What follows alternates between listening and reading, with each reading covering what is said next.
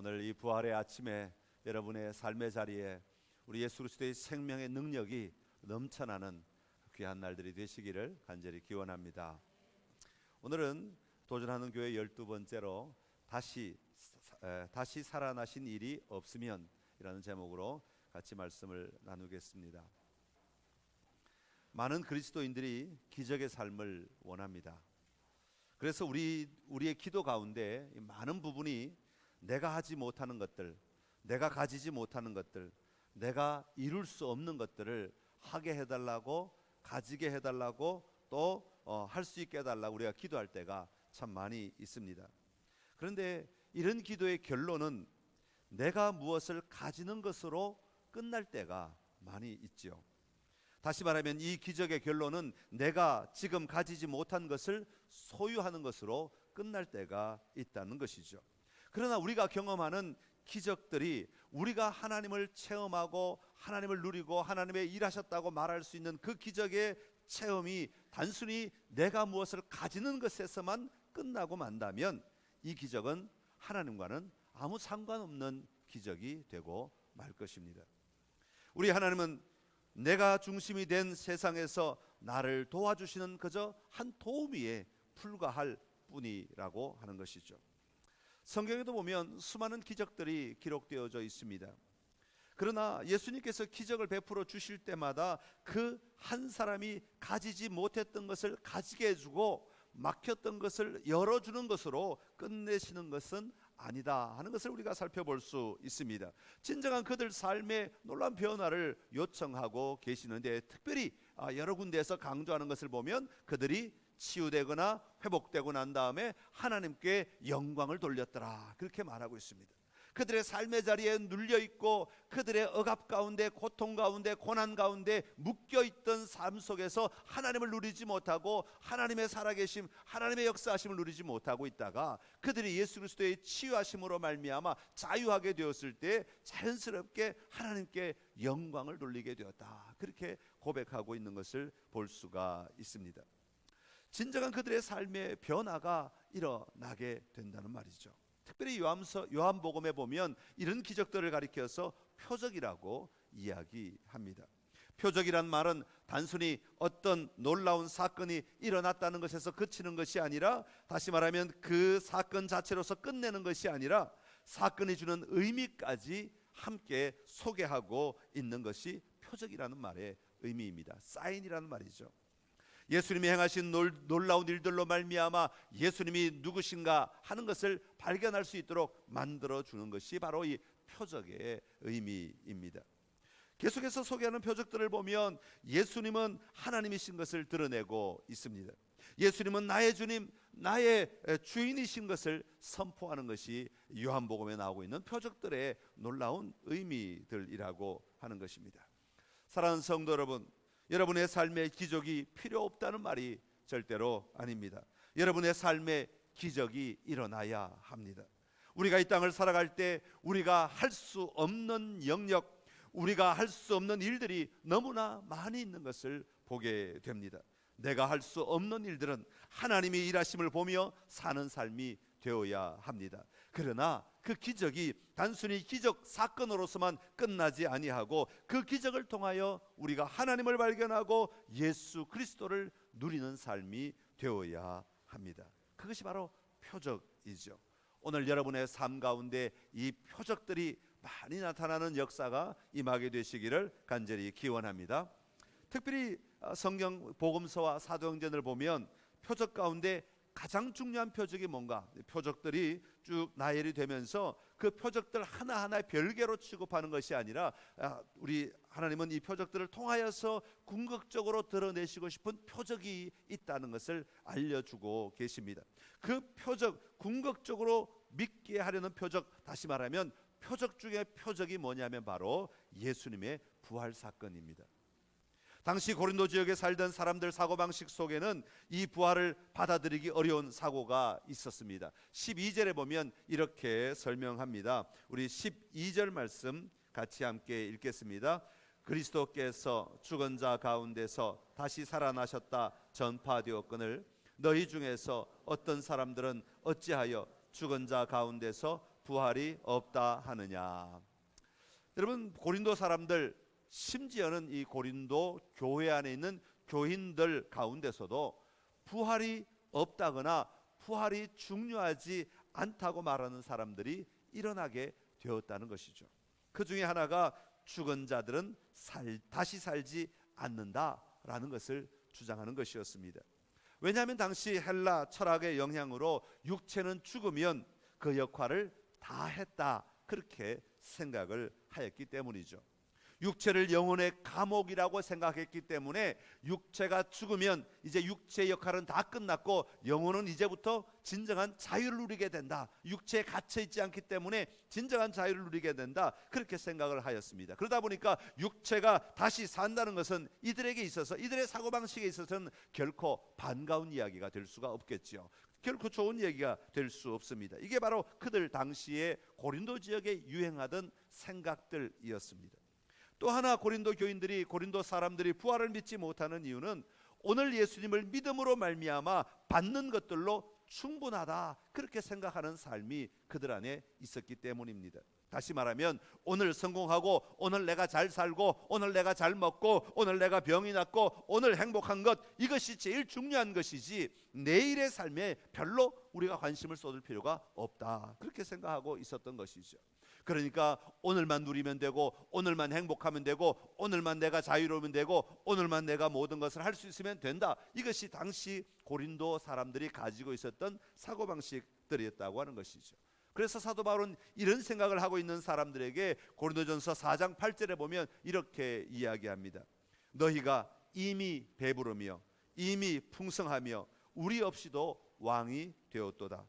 우리가 너희와 함께 왕노릇하기 위하여 참으로 너희가 왕이 되기를 원하노라, 그렇게 말씀합니다. 이런 사고방식은 그리스도의 부활을 믿기는 하지만 그것이 우리의 삶을 움직일 만큼 강력하지 않아서 믿음을 무너뜨리는 것이 된다고 사도 바울은 이야기하고 있는 것입니다. 디모데후서 2장 16절에서 18절의 말씀인데 우리 함께 같이 읽겠습니다. 망령되고 헛된 말을 버리라. 그들은 경건하지 아니하며 점점 나아가나니 그들의 말은 악성 종양이 퍼져나감과 같은데 그 중에 후메네오와 빌레도가 있느니라. 진리에 관하여는 그들이 그릇되었도다. 부활이 이미 지나갔다 하므로 어떤 사람들의 믿음을 무너뜨리느니라. 아멘. 후메네오와 빌레도 같은 사람들이 이런 사고방식을 가지고 있어서 부활은 필요 없다, 또 오늘이 중요하다, 이런 사고방식들을 가지고 있어서 부활을 중요하게 여기지 않았다는 것이죠. 부활은 과거 사건으로 끝나버렸다고 이야기합니다. 부활이 과거 사건으로 끝나버리고 말면 자신들이 나중에 경험하게 될 부활을 믿지 못하게 되는 것이죠. 앞으로 오게 될 부활에 대하여 소망을 전혀 가지지 않게 된다는 말입니다. 그렇게 되면 하나님의 일꾼들이 받게 될 영광을 바라보지 아니하고 오늘 받을 영광만을 바라보며 나아가는 삶을 살게 되는 것이죠. 그러면 그 삶의 모양이 전혀 달라지게 되는 것입니다. 우리가 나중에 받게 될, 하나님 앞에서 받게 될 영광을 바라보며 살아갈 때에는 오늘 우리의 삶을 끝까지 최선을 다해서 감당하며 하나님 앞에서 사는 삶을 살게 되지만, 오늘 받을 영광만 바라보며 살아가면 오늘 내가 얻을 유익, 오늘 내가 가지게 될 것, 오늘 내가 누리게 될 것, 이것만 누리면 다 끝났다, 이미 내가 받을 영광 다 끝났다, 그렇게 생각하고 살아가게 된다는 것이죠. 그러니 그런 차이가 삶의 태도를 완전히 다르게 만들어 버린다고 하는 것입니다. 이런 생각을 가지고 있는 사람들에게 사도 바울은 오늘 17절에서 이렇게 지적하고 있는 것입니다. 그리스도께서 다시 살아나신 일이 없으면 너희 믿음도 헛되고 너희가 여전히 죄 가운데 있을 것이요 라고 말하고 있는 것이죠. 사도 바울은 예수 그리스도의 부활이 우리 신앙에 얼마나 중요한 중심인가를 이야기하고 있습니다. 예수님의 부활을 믿을 때 비로소 우리의 삶 속에 신앙의 능력이 임하게 되고 그 신앙의 능력을 가지고 살아갈 수 있다고 말하고 있는 것입니다. 사랑하는 성도 여러분, 오늘 여러분에게 예수 그리스도의 부활을 확신하십니까? 이 부활에 대한 믿음이 분명히 있으십니까? 이 부활에 대한 신앙은 예수 그리스도께서 부활하셨다는 사실에서부터 시작되는 것입니다. 여러분의 삶 가운데 이 예수님의 부활을 확신하고 또 붙드심으로 말미암아 여러분의 삶의 자리에 분명한 부활의 소망을 가지고 또 부활의 신앙으로, 부활의 믿음의 담대함으로 날마다 살아가는 은혜가 여러분 삶의 자리에 넘쳐나시기를 간절히 기원합니다. 그렇다면 왜 부활이 이렇게 중요한가 하는 것입니다. 여러분, 부활은 예수님의 삶의 핵심이라고 말할 수 있습니다. 다시 말하면 예수님이 우리에게 보여주신 복음의 핵심이라고 말할 수 있습니다. 오늘 고린도전서 15장에서 사도 바울은 1절부터 강조하고 있는 것이 바로 복음입니다. 1절과 2절을 요약하면 이렇습니다. 내가 너희에게 전한 복음을 굳게 지키고 헛되이 믿지 아니하면 그로 말미암아 구원을 받으리라. 그러면서 사도 바울은 내가 전한 복음이 무엇인지를 그들에게 바로 뒤에서 소개하고 있습니다. 3절과 4절의 말씀인데 우리가 3절과 4절의 말씀을 같이 함께 읽겠습니다. 내가 받은 것을 먼저 너희에게 전하였노니 이는 성경대로 그리스도께서 우리 죄를 위하여 죽으시고 장사 지낸 바 되셨다가 성경대로 사흘 만에 다시 살아나사. 아멘. 할렐루야.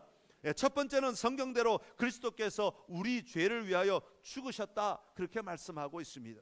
여러분, 먼저 성경대로라고 하는 말은 성경에 기록된 그대로 하나님이 미리 예정하신 대로, 예언된 대로, 하나님이 작정하신 대로 갑자기 일어난 사건이 아니라 이미 우리가 죄악 가운데 들어갈 때 하나님은 이미 작정하셨고 이미 계획하셨고 이미 준비하고 계시던 그 일들이다, 그런 뜻을 가지고 있는 것이죠. 예수님께서 십자가 위에서 죽으신 죽음은 우리를 위하여 대신 죽으신 대속의 죽음인 것을 선포하고 있습니다. 하나님이 작정하시고 하나님이 준비하시고 하나님이 예비하셨다가 예수 그리스도를 이 땅에 보내주심으로 말미암아 시작된 놀라운 구원의 역사인 것을 말씀하고 있습니다. 저와 여러분의 죄를 위하여 십자가 위에서 돌아가셨다, 성경은 그렇게 말하고 있습니다. 이사야 선지자는 그 예수님의 모습을 이렇게 표현하고 있습니다. 이사야서 53장 4절에서 6절의 말씀 우리 한번 같이 읽겠습니다. 그는 실로 우리의 질고를 지고 우리의 슬픔을 당하였거늘 우리는 생각하기를 그는 징벌을 받아 하나님께 맞으며 고난을 당한다 하였노라. 그가 찔림은 우리의 허물 때문이요 그가 상함은 우리의 죄악 때문이라. 그가 징계를 받음으로 우리는 평화를 누리고 그가 채찍에 맞음으로 우리는 나음을 입었도다. 우리는 다 양 같아서 그릇 행하여 각기 제 길로 갔거늘 여호와께서는 우리 모두의 죄악을 그에게 담당시키셨도다. 아멘. 할렐루야. 오늘 나의 죄를 대신 지시고 십자가에 달려 돌아가신 예수님을 분명히 바라보며 그 은혜 감사하며 살아가는 오늘 우리 모두가 될 수 있기를 간절히 기원합니다. 둘째는 장사 지낸 바 되셨다, 그렇게 말하죠. 여러분, 장사 지낸 바 되었다고 하는 것은 예수님이 무덤에 들어가셨다라는 말이죠. 예수님이 무덤에 들어가셨다라는 것은 예수님이 이 땅에 태어나셔서 그 마지막 순간, 인간으로서의 마지막 순간을 이야기하고 있는 것입니다.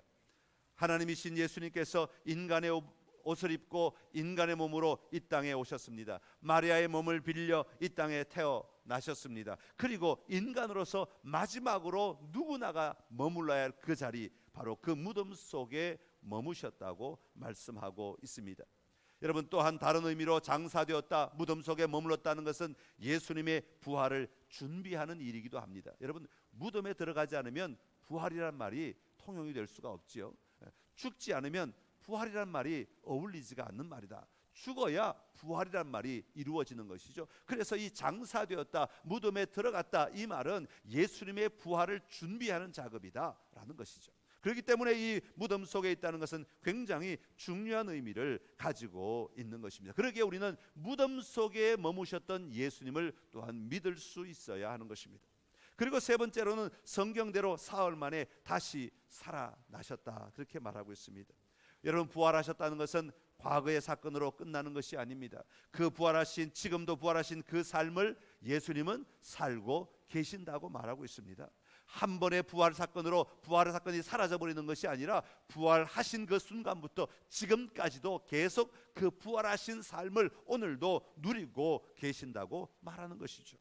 다시 살아나셨다고 할 때 살아나신 행위는 스스로 살아나신 것이 아니라 하나님께서 살려주신 것입니다. 하나님께서 하나님으로서의 행위를 통하여 그의 아들 예수 그리스도를 살려주신 것입니다. 그러게 오늘 우리가 그 부활하신 예수님을 믿을 때 오늘 우리도 부활하는 삶을 살아갈 수 있는, 부활의 삶을 살아갈 수 있는 능력이 오늘 우리 안에 있다고 말씀하고 있는 것입니다. 사랑하는 성도 여러분, 예수님의 죽으심과 장사 지내심 그리고 부활하심은 무엇을 말하고 있습니까? 그것은 바로 우리의 삶을 그대로 보여주고 있는 것입니다. 우리 모두는 다 죽게 될 것입니다. 어떤 모습으로든지 우리는 이 육체의 죽음을 피할 수가 없습니다. 그런다 우리는 무덤에 머물게 될 것입니다. 비록 다른 사람 요즘에는 화장을 하거나 수목장을 하거나 다양한 방법으로 이 시신을 처리한다 할지라도 그것은 아무 상관이 없습니다. 우리의 육신은 썩어져 가도 나중에 하나님은 그 우리를 다시 살리실 것이기 때문입니다. 신령한 몸으로 다시 회복시키신다고 성경은 말씀하고 있습니다. 그러기에 오늘 예수님께서 죽으시고 장사 지낸 바 되었다가 부활하신 이 사실을 우리가 분명히 믿음으로 받아들이고 나의 삶에도 동일하게 이 삶이 일어나게 될 것을 확신하며 사는 삶이 오늘 우리에게 요구되고 있는 것이죠. 여러분, 그 삶을 날마다 그 믿음으로 살아가는 은혜가 있게 되기를 간절히 기원합니다. 우리의 매일의 삶을 바라보면서 내가 이 땅에 태어났고 내가 이제 죽어야 할 것이고 내가 죽고 나면 다시 부활하게 될 것을 분명히 믿는 신앙으로 오늘 우리의 삶을 살아갈 때 우리의 삶은 부활이 없다 하는 자와 부활을 믿는 자의 삶은 전혀 다른 삶을 살아가게 되는 것임을 꼭 기억하고 살아가시기를 간절히 기원합니다. 그러면 예수님의 부활을 믿는 우리들은 어떻게 살아야 하겠습니까? 오늘 우리는 이 해답을 복음을 경험한 사람들, 다시 말하면 예수님의 죽으심과 장사 지냄 그리고 부활을 경험한 사람들의 삶은 어떻게 변화되었는가 하는 것을 보면 오늘 우리가 어떤 모습으로 살아야 하는가 하는 것을 발견할 수 있게 될 것입니다. 오늘 본문 5절에 보면 예수님께서 부활하신 그 사건, 예수님의 부활을 본 사람들의 이름들이 기록되어져 있습니다. 게바에게 보이시고 12 제자에게와 500여 형제에게 보이시고 야고보에게 보이셨으며 만삭되지 못한 자 같은 사도 바울에게도 보이셨다. 그렇게 말씀하고 있습니다. 사실 예수님의 부활을 본 사람들은 더 많이 있습니다. 그럼에도 불구하고 오늘 고린도전서 15장에서는 특별히 예수님의 제자들을 중심으로 기록한 것을 보면 그들의 태도가 얼마나 극단적으로 변화되었는가 하는 것을 우리에게 보여주기 위함인 것 같습니다. 먼저 5절에 보면 게바라고 말하는데 게바는 누구입니까? 베드로죠. 베드로입니다. 베드로는 어떻습니까? 마태복음 16장 16절에 보면 너는 나를 누구로 하느냐라고 질문하시는 예수님의 질문에 뭐라고 대답합니까? 주는 그리스도시요 살아계신 하나님의 아들이십니다. 얼마나 멋진 대답입니까? 얼마나 위대한 대답입니까? 얼마나 멋진 선포입니까? 그러나 이 대답을 한 지 얼마 되지 않아 십자가를 지시는 예수님을 3번씩이나 모른다고 부인하며 살았던 사람이 바로 베드로였습니다. 예수님이 십자가를 지실 때는 도망을 갔던 사람이 바로 베드로였다고 하는 것입니다. 여러분, 이것은 무엇을 말해줍니까? 베드로가 정말 예수님이 하나님의 아들이신 것을 정말로 믿었을까요? 정말 그 전심으로 믿었을까요? 지식으로만 믿었을까요? 아니면 온 삶으로 분명히 믿었을까요? 정말 예수님이 위대하신 하나님이시라고 분명히 믿는 삶이 예수님이 따라다닐 때 그때 정말 있었을까요? 여러분, 의심이 들지 않습니까? 정말 그의 삶에 그의 머릿속에 있던 지식이 그의 삶을 움직였느냐 하는 것입니다. 그의 머리로 알고 있던 그 생각들이 그의 삶의 능력으로 나타났는가 하는 것이죠. 여러분, 오늘 우리의 삶의 자리에 우리가 많은 지식들을 가지고 있습니다. 여러분, 신앙 고백해 보십시오. 예, 주는 그리스도시요 살아계신 하나님의 아들이십니다. 예, 고난 속에 들어갈 수 있겠습니까? 예수님이 지신 십자가를 따라갈 수 있겠습니까? 아니요, 잠깐만 좀 고민해 봅시다. 지금 내 삶도 너무 힘든데, 지금 내 삶도 너무 고통스러운데 내가 예수님의 일까지 내가 관여할 수 있을까요? 오랫동안 예수님을 따라다녔지만 제자들에게 있어서 예수님은 이스라엘을 위한 메시아로 끝나버리지는 않았나 하는 것이요. 예수님이 잡히시기 전에 제자들은 서로 무엇을 논쟁했습니까? 누가 높은 자리에 올라갈까? 누가 예수님이 예루살렘에 들어가시면 우편에 앉게 될 것이며 좌편에 앉게 될 것인가? 누가 더 높은 자리를 차지하게 될 것인가? 여기에 여전히 관심을 가지고 있었던 사람들입니다.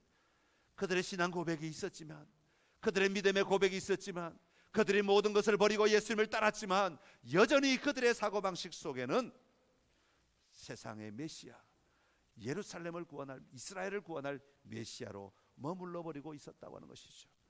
그럴 때 이 베드로는 예수님이 십자가 달려 돌아가실 때 도망갈 수밖에 없었고, 부활하신 예수님을 만났음에도 불구하고 그는 다시 어부의 삶으로 돌아갈 수밖에 없었다고 하는 것이죠.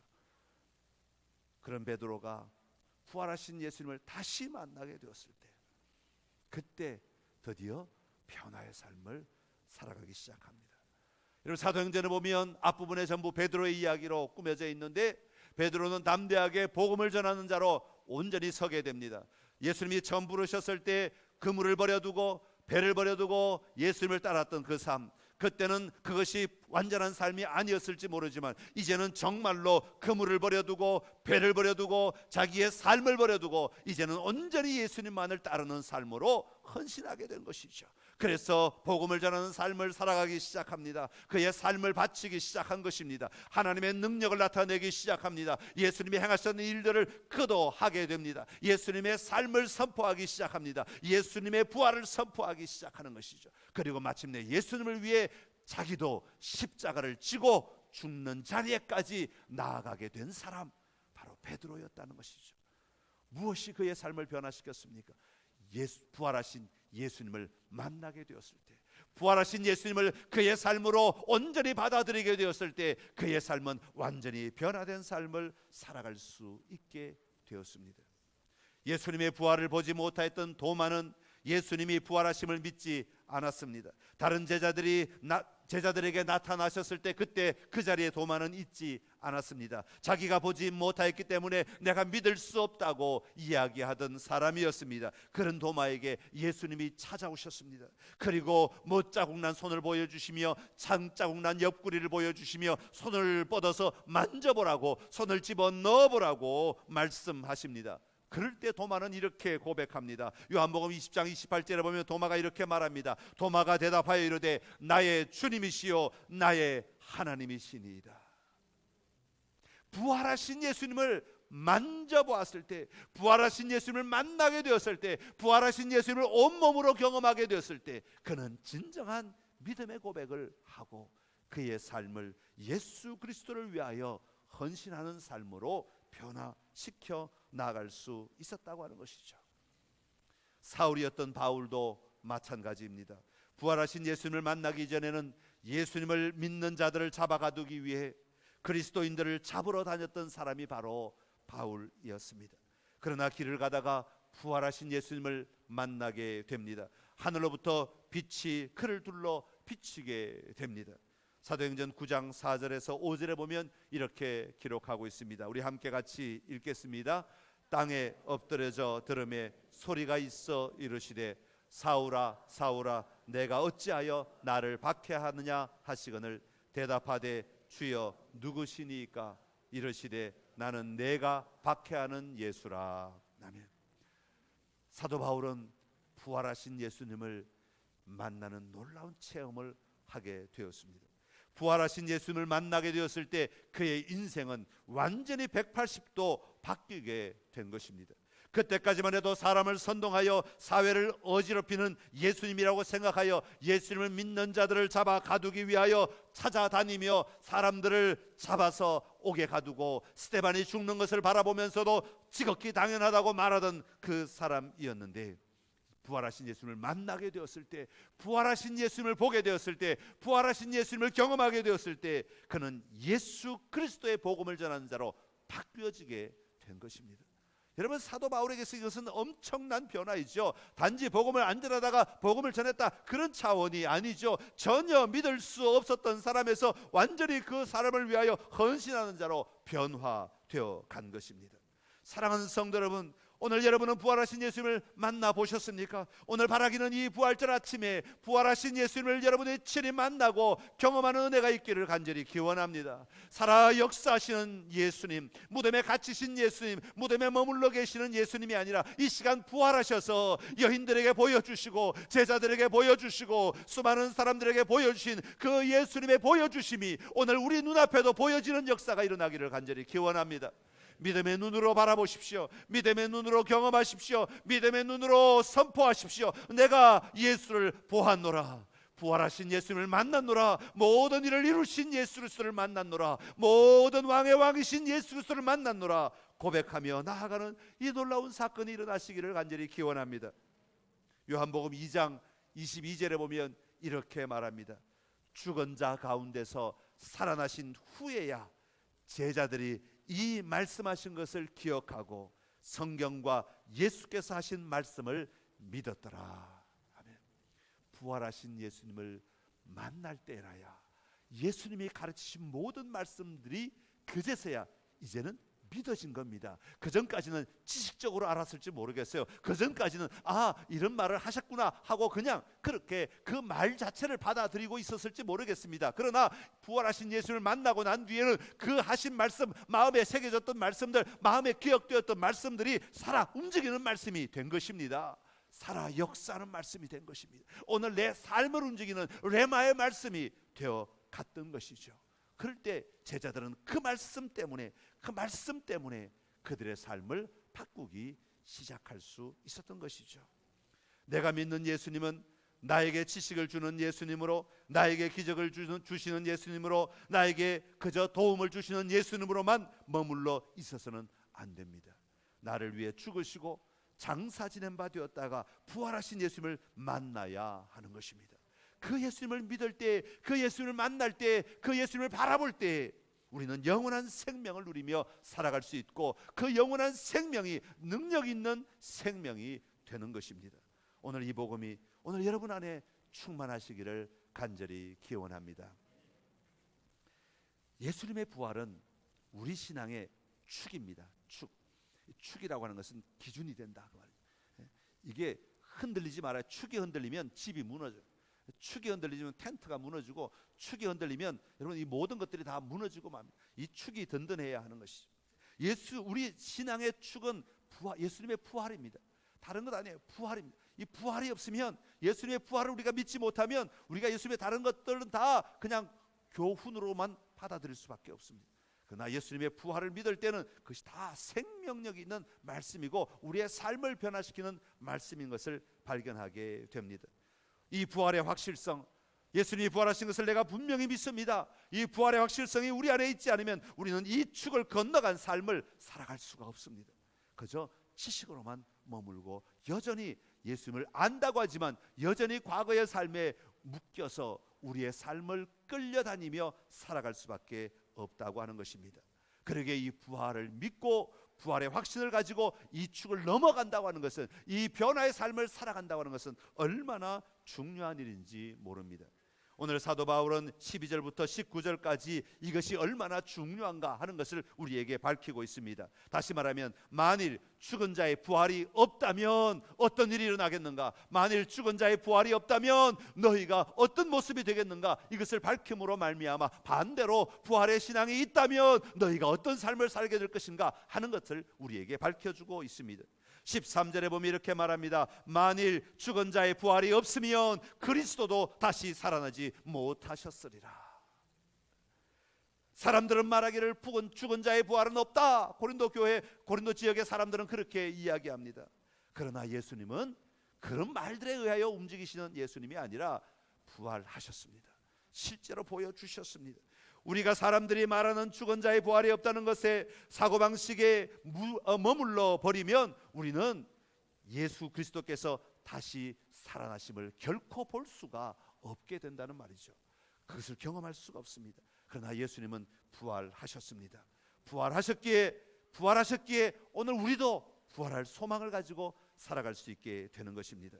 14절에 보면 그리스도께서 만일 다시 살아나지 못하셨으면 우리가 전파하는 것도 헛것이요 또 너희 믿음도 헛것이며, 예수님이 부활하지 않으셨으면 오늘 우리가 믿는 것 자체가 다 헛된 것이 되고 만다. 우리가 선포하는 모든 것들이 다 헛된 것이 되고 만다. 우리가 입으로 고백하는 모든 것들이 다 헛된 것이 되고 만다. 그렇게 말씀하고 있는 것이죠. 오늘 여러분, 예수 그리스도의 부활이 없으면, 예수 그리스도의 부활을 믿지 않으면 우리의 믿음이 헛된 것임을 기억하고, 여러분 다시 한번 부활의 신앙 안에 분명히 서 있는 은혜가 있기를 간절히 기원합니다. 15절에는 말합니다. 우리가 하나님의 거짓 증언으로 발견될 것이다. 부활이 없다고 말한다면, 부활이 없다고 믿는다면 우리는 하나님의 거짓 증인으로 발견되고 말 것이다. 다시 말하면 오늘 이렇게 교회에서 신앙생활하고 믿는 사람들끼리 모여서 야 우리는 그리스도인이야 라고 말하면서 서로 웃고 서로 행복하게 지내는 이 모든 사람들은 다 거짓말이다, 그 말이에요. 거짓말이다.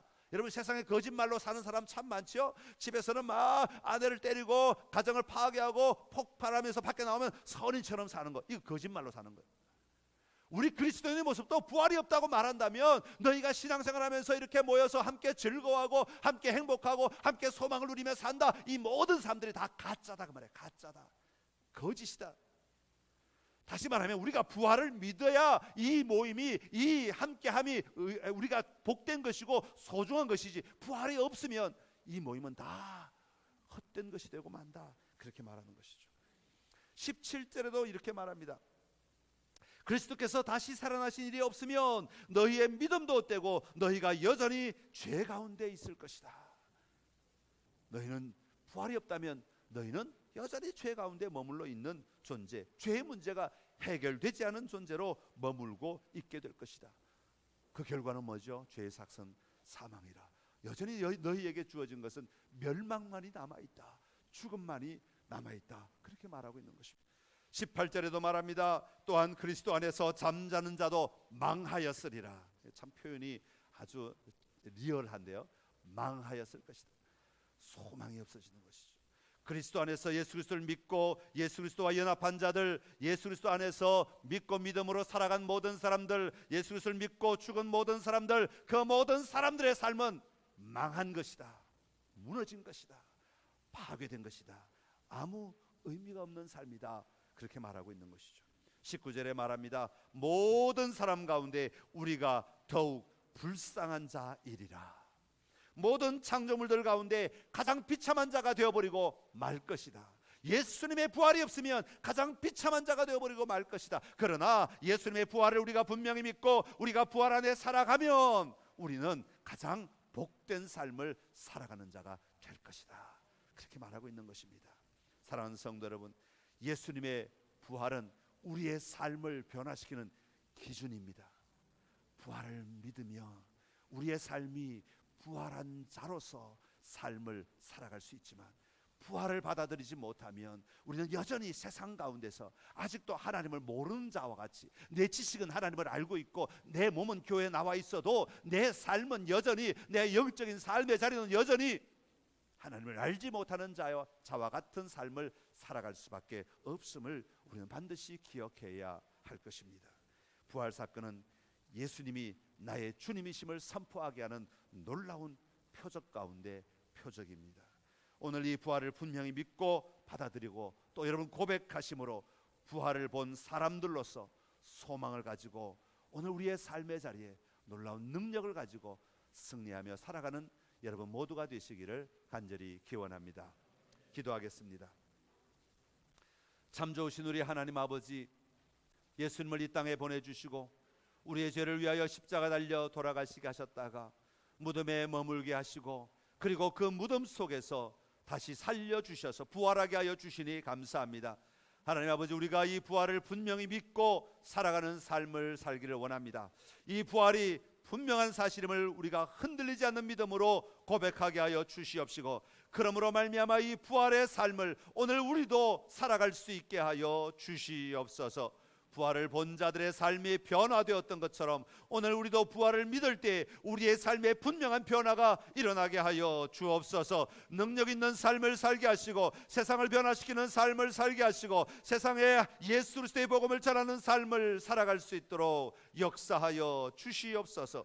부활의 능력이 오늘 우리를 움직이기를 원합니다. 부활의 능력이 오늘 우리의 삶의 소망이 되기를 원합니다. 부활의 능력이 오늘 우리로 하여금 하나님을 향하여 달려갈 수 있게 되기를 원합니다. 하나님이 부활의 능력을 가지고 부활의 확신을 가지고 오늘 우리의 삶을 담대하게 살아가게 하시어서 우리도 부활할 것을 바라보며 오늘 이기는 삶을 살게 하여 주옵소서. 예수님의 이름으로 기도드리옵나이다. 아멘.